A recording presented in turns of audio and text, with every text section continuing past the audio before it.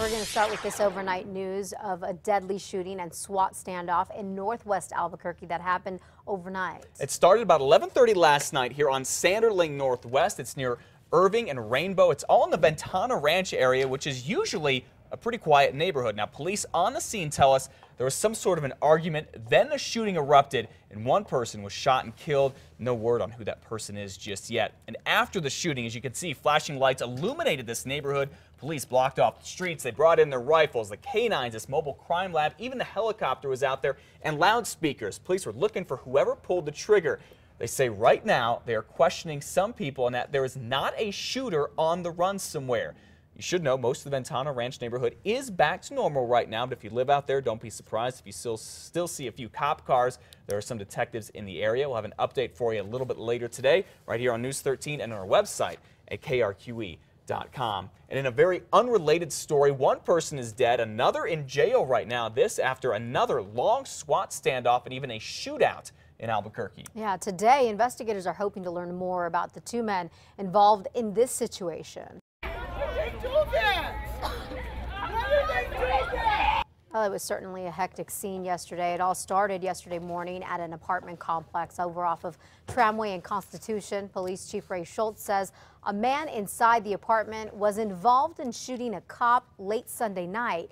They say they were trying to get him and his brother to come out of that home. The chief says the two would not, so officers set in gas canisters, and that's when the shootout started. Shots were being fired from multiple windows in the apartment, and it appears that the subjects were able to actually burrow their way through a wall into another apartment, and we received fire from another apartment. Now, the chief says one of the men then surrendered. He is Michael Carroll, but says his brother Kendall was still inside and kept shooting. The police chief says that's when a state police sniper shot and killed him.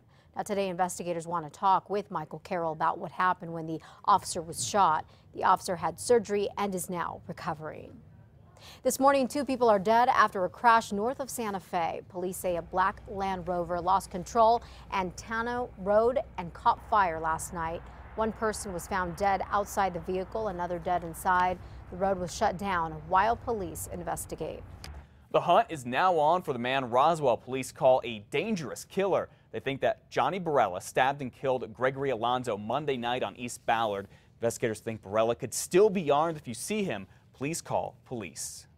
A woman is suing a corrections officer claiming he got her pregnant while she was an inmate at the Bernalillo County Juvenile Jail. The lawsuit claims that the inmate, who was at the time 18 years old, was coerced into having sex with 41-year-old Edward Edmond. Now, she is claiming emotional distress and accuses Edmond and the county of negligence. The woman is now 19 and serving time at a correctional facility. Edmond no longer works for the county. Rape charges are still pending. A New Mexico school bus driver will now spend 16 years in prison for sexually abusing a child. 56-year-old Samuel Jackson pleaded guilty to the 2011 attack that happened in a home in Shiprock. School officials say that Jackson was employed as a backup bus driver at the time with the Central Consolidated School District.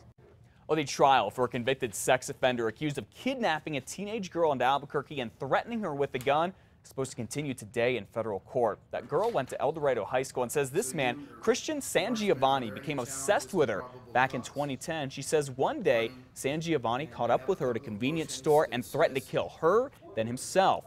Sangiovanni is facing federal charges because he's a convicted felon, and investigators say he had a gun and did not register as a sex offender.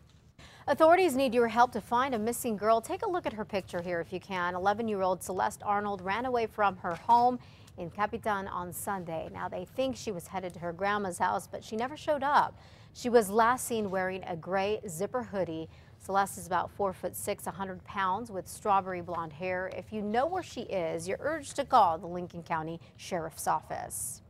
This morning, investigators have ruled out two more possible leads in the Dillon Redwine case. The 13-year-old boy vanished from his father's home in Vallecito, which is near Durango, last November. Now, Dillon's dad, Mark, says his son was there when he left at 7:30 that morning to go run some errands, but when he came back, he says that his son was gone. That was about 4 hours later.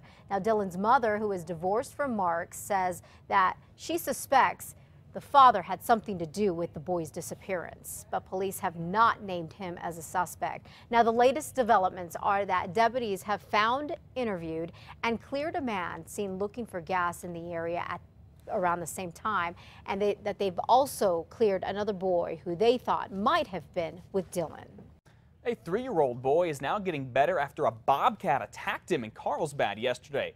A toddler was with his mother and uncle at the Living Desert Museum and Zoo. Witnesses there say they saw the two hold the boy up beyond the handrail that separates the bobcat exhibit from the public. That's when the bobcat reached up, scratched the boy on his head. Thankfully, he is okay. The bobcat is now under quarantine to make sure it does not have any diseases. Certainly glad that little boy is okay. Remember the little kid who fell into the African wild dog pen at the Pittsburgh Zoo last year? That was deadly. Killed. Yeah, that turned into a deadly And this is a little bit of developing news out of our neighbors to the north in Colorado. The head of the Department of Corrections there, his name is Tom Clements, shot and killed outside of his home late last night. There's a shooter still on the run. Investigators are looking for. They don't know exactly what happened here. This is kind of a crazy story. Yeah. Happened in a town called Monument. It's just north of Colorado Springs. If there's any developments on that, we'll give them to you this morning. For sure.